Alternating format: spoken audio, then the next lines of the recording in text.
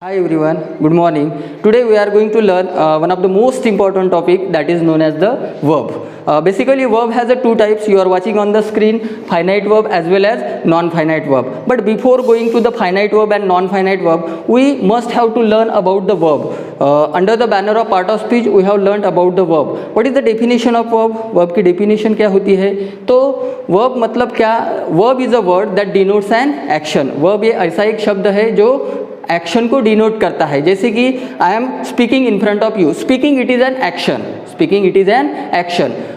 Sleeping it is an action. Writing it is an action. Reading it is an action. So these are all the actions which denote the word which denotes that is known as the verb. So have you learn about the main verb as well as helping verb as well as axillary verb. You know very well, but you don't know about the finite verb as well as the non-finite verb. Basically it is the different term for your class.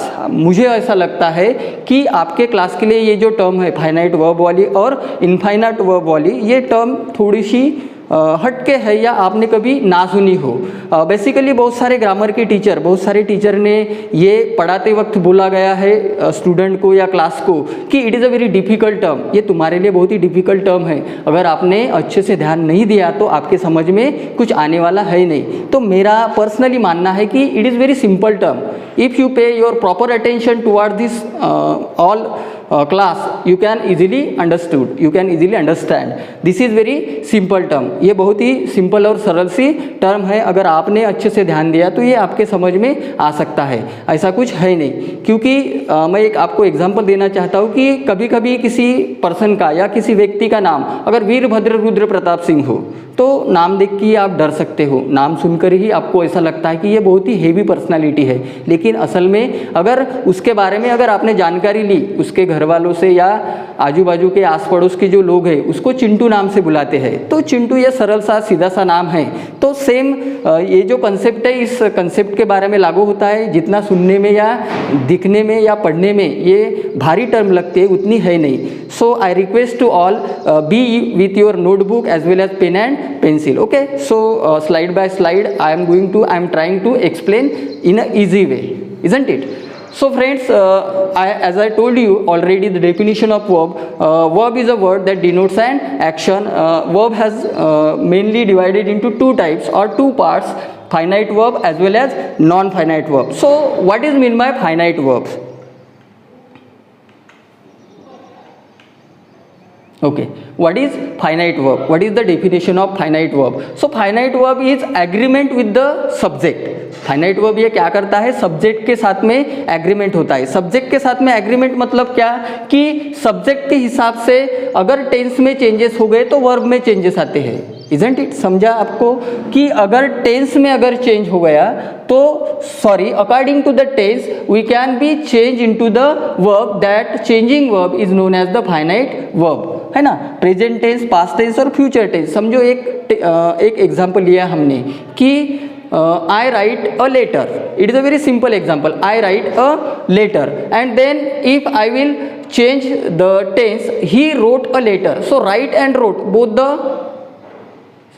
verb has changed. Both the verb has changed. Write and wrote has become changed or totally changed. So write and wrote, that both the verb is known as finite verb और finite verb, है ना. तो according to tense अगर हमने tense में change किया, अगर present का पास्ट में, पास्ट का फ्यूचर में, तो उसके हिसाब से जो भी वर्ब में चेंजेस आते हैं that changing verb is known as finite verb, है ना. जैसे कि फर्स्ट फॉर्म अगर सिंपल प्रेजेंट टेंस की अगर बात करते तो राइट, अगर पास्ट टेंस की अगर बात करते तो write will become wrote. Write का क्या होगा?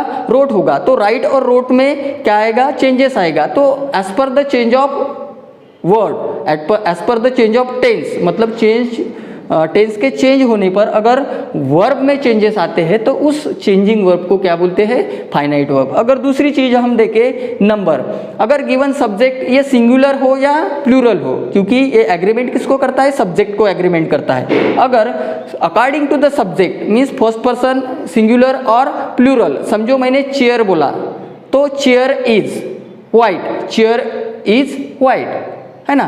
चेयर्स इज आएगा क्या, नहीं, चेयर्स आर, तो इज और आर ये जो चेंजिंग वर्ब है, that changing verb is known as finite verb. Then person, first person, second person and third person. For example I, we and he, I, we and he. So according to the first person, second person and third person, verb can be changed. That changing verb is known as finite verb.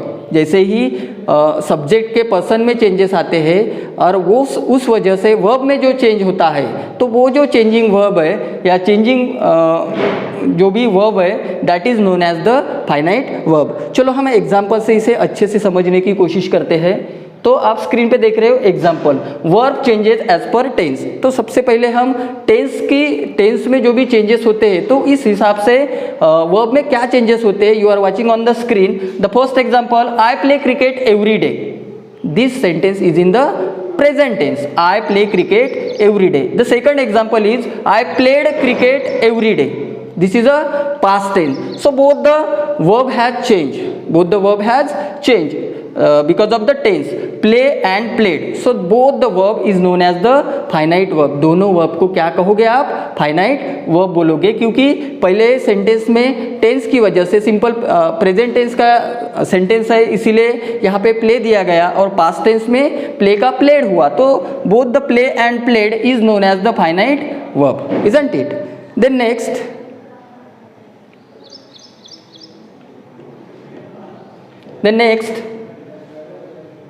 verb changes as per person. Okay, first person, second person and third person. So verb change as per person.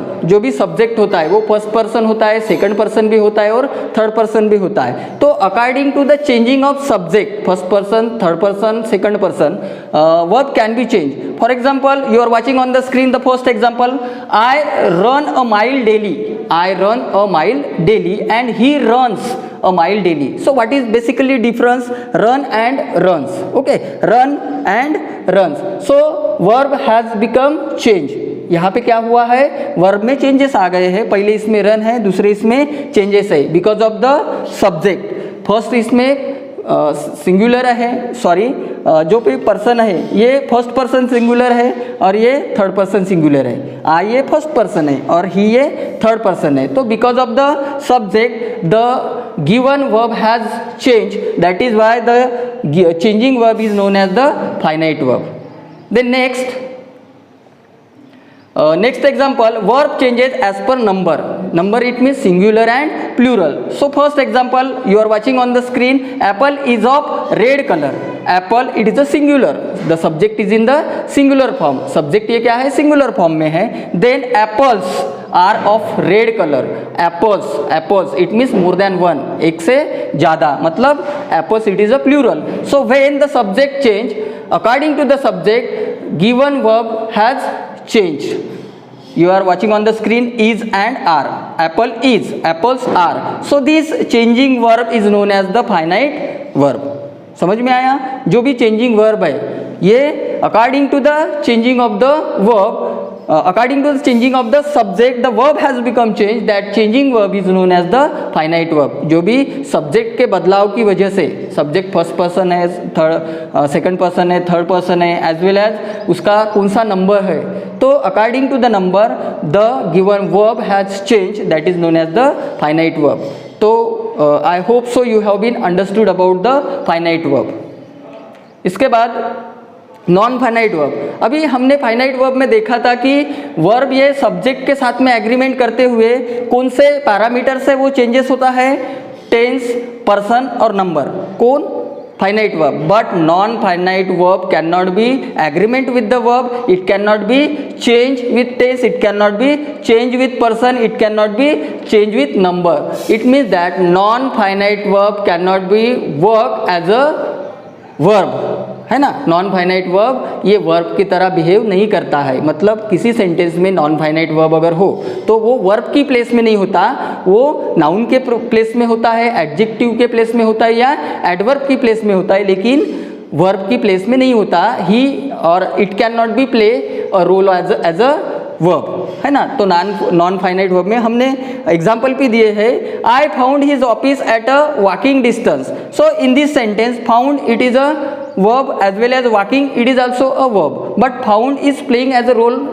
It means that in this sentence found is playing as a role of verb. Found ये क्या कर रहा है, verb का role play कर रहा है, जबकि वॉकिंग ये वर्ब होते हुए भी यहाँ पे नाउन का जो रोल है वो प्ले कर रहा है। सेकंड सेंटेंस में अगर हम देखें, Akash will find his office at a walking distance, Akash will find his office at a walking distance. So find and walking दोनों सेंटेंस में क्या डिफरेंस है, पहले इसमें फाउंड है, दूसरे इसमें फाइंड है ना, सेकंड फॉर्म और ये फर्स्ट फॉर्म, वर्ब में चेंज हो गए हैं, गिवन वर्ब में क्या हो गए हैं, चेंजेस आपको दिख रहे हैं, लेकिन ये जो वॉकिंग दोनों जगह की वॉकिंग में चेंजेस हुए हैं क्या, नहीं। तो ये जो ना चेंजेस हुए वाले वर्ब है, इन दोनों वर्ब को क्या बोलेंगे, नॉन फिनाइट वर्ब। इन दोनों को क्या बोलोगे आप, नॉन फिनाइट वर्ब। और अच्छे से हम समझेंगे what is non-finite verb. The non-finite verb which actually denotes their action with as a adjective, as a noun or as a adverb. Basically we know very well that do not function as a verb. Non-finite verb cannot be function as a verb. Non-finite verb ये जो इनका जो function होता है वो as a verb नहीं होता, as a noun होता है, किसी सेंटेंस में as a adjective होता है और किसी सेंटेंस में as a adverb भी होता है। तो चलो एग्जाम्पल से हम अच्छे से समझने की कोशिश करेंगे। The sleeping cat is a brown, the sleeping cat means sleeping, हमें पता है कि स्लीपिंग ये भी एक्शन है, लेकिन यहाँ पे क्या कर रही है, sleeping is describing to the noun, which is noun in this sentence, cat is a noun and sleeping is describing to the noun, that is why sleeping it is known as the non finite verb. क्या बोलोगे आप, non finite verb, because it is in the adjective form. ये कहा क्या है, adjective form में है, क्योंकि कैट को स्लीपिंग ये डिस्क्राइब कर रही है, the sleeping cat is a brown. चलो सेकंड एग्जांपल देखते हैं। Running is a good habit, very interesting example is it is running is a good habit. Running, यहाँ पे रनिंग ये नाउन के फॉर्म में है ना, running basically it is also an action, but in the given sentence it is on the place of noun, it is on the place of noun, that is why it is known as the non finite verb. इसलिए हम क्या बोलेंगे, हम non finite verb है। Then Ravi went to the UK to study, study it is in the form of adverb, ये कौन से form में है, एडवर्ब है। तो इस तरह से नॉन फिनाइट वर्ब हम डिस्क्राइब करेंगे। Then non finite verb has a 3 types. Non finite verb के कितने टाइप्स होते हैं, 3, isn't it? So non-finite verb has a gerund, infinitives and participle. In this period, in this class, we will only discuss about the gerund. In next video, we will discuss about the infinitives or participle, because it is a separate portion and it is very important for the examination point of view also. So we will discuss in this period about the gerund. Non-finite verb has a 3 classification, that is gerund, infinitives as well as participle. The next, what is gerund? First of all, we should know, we must have to know the definition about the gerund. gerund ये term क्या है, ये हमें समझने की जरूरत है। So what is gerund? When we use a verb in the place of noun. gerund किसे बोला जाएगा, जब किसी वर्ड को, वर्ब जो भी सेंटेंस का वर्ब होता है वो नाउन के प्लेस में होता है ना। When we use a verb in the place of noun, किसी वर्ब को अगर हम नाउन के प्लेस में यूज करते हैं तो उसे gerund कहा जाता है। चलो बहुत ही सिंपल वे से मैंने आपको समझाया कि किसे gerund बोलोगे, कि जो वर्ब नाउन के प्लेस में किसी सेंटेंस में अगर हम यूज करते हैं, अगर वो दिया गया जो वर्ब है वो एज अ नाउन वहाँ पे रोल प्ले करता है तो उसे क्या बोलोगे, gerund बोलोगे।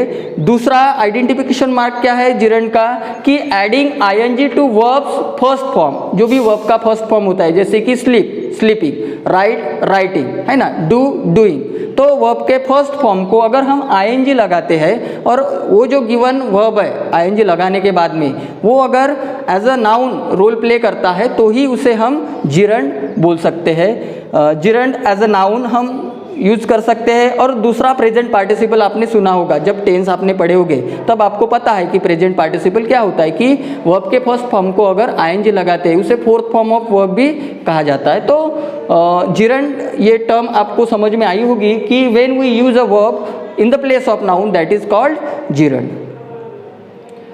सो सब्जेक्ट एंड ऑब्जेक्ट ये थोड़ा जानना जरूरी है। अगर हम जिरंड के बारे में अगर हम यहाँ पे डिस्कस कर रहे हैं तो what is the place of subject in the sentence and what is the role of object in the sentence, it is also necessary.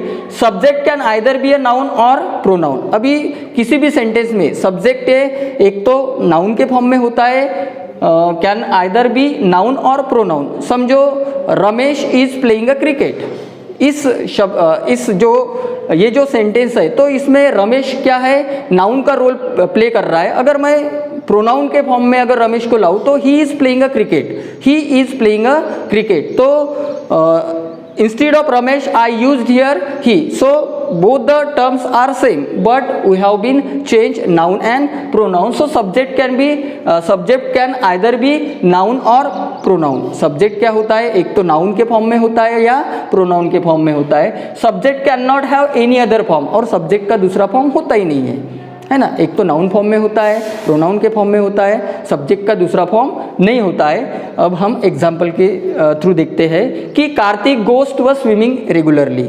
इस सब्जेक्ट में कार्तिक एक नाउन है, कार्तिक किसी लड़के का नाम है, गोस टू स्विमिंग रेगुलरली। अभी इंस्टेड ऑफ कार्तिक हमने क्या देखा है, he is the best cook in the world, he is the best cook in the world. So instead of any other person, है ना, किसी व्यक्ति के नाम के अलावा instead of any noun we use here pronoun. So this is the term subject and object. Then gerund as a subject, how to use gerund as a subject. So example is given, swimming is a good for health. It is quite interesting sentence I have given.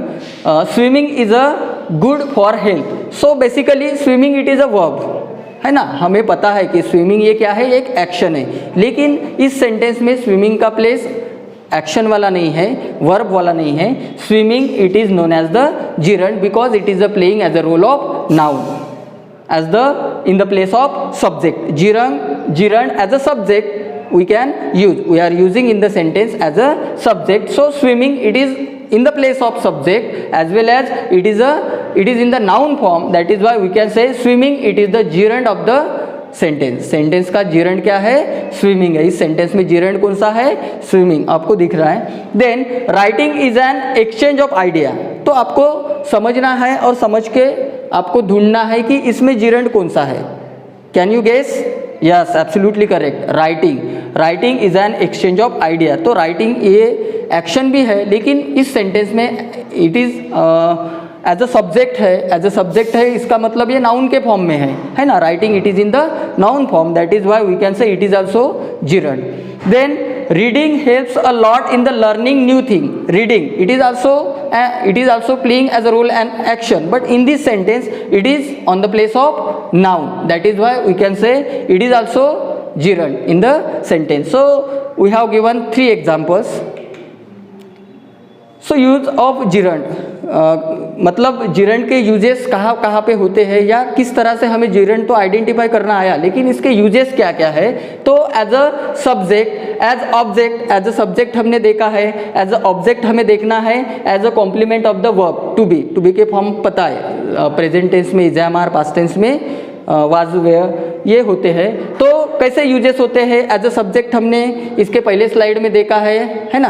अभी हम as a object what are the uses of gerund in the sentence and as a complement of the verb what are the uses of the gerund in the sentence, we will learn about that. gerund as an object, हमने gerund as subject देखा है, अभी gerund as an object इस slide में देखेंगे। चलो examples आपको दिख रहे हैं। पहला एग्जाम्पल है I love dancing.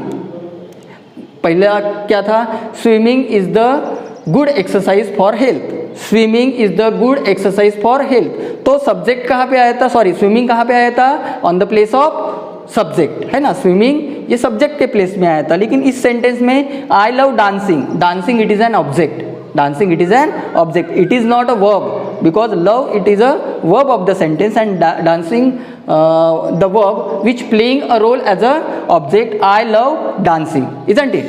The next, Rani enjoys cooking a lot. Rani enjoys cooking a lot. So cooking it is in the place of object, that is why you can say it is also gerund of the sentence.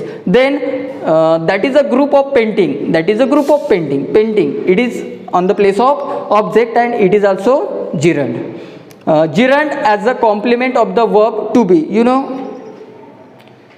to be form, to be चे रूप, to be के forms हम बोलते हैं, जैसे कि present tense में कौन से टू बी के फॉर्म्स होते हैं, is, am, are. Past tense में वाज, वेयर, आपको पहले से ही पता है. तो हम एग्जाम्पल थ्रू जाएंगे कि Priya's favourite hobby is playing to the piano. Priya's favourite hobby is playing. अभी देखो इज ए एक्सिलरी वर्ब है और प्लेइंग ये मेन वर्ब है, लेकिन यहाँ पे playing is not playing as a role of verb, it is playing as a role of gerund. ये जिरंड का रोल प्ले कर रहा है और ये किसको कॉम्प्लीमेंट दे रहा है, इसको कॉम्प्लीमेंट दे रहा है. That is why playing it is gerund of the sentence. समझ आ रहा है?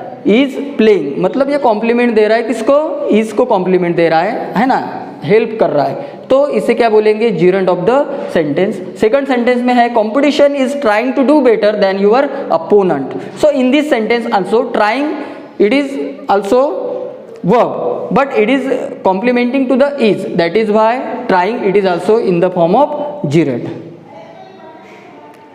तो हमने आज के पूरे वीडियो में वर्ब मतलब क्या, क्लासिफिकेशंस ऑफ वर्ब्स क्या होते हैं, है ना, सभी चीज़ें, जिरंड क्या होता है, सभी के सभी चीज़ें बहुत ही सिंपल वे से हमने यहाँ पे समझा के दिए हैं या समझने की कोशिश की है.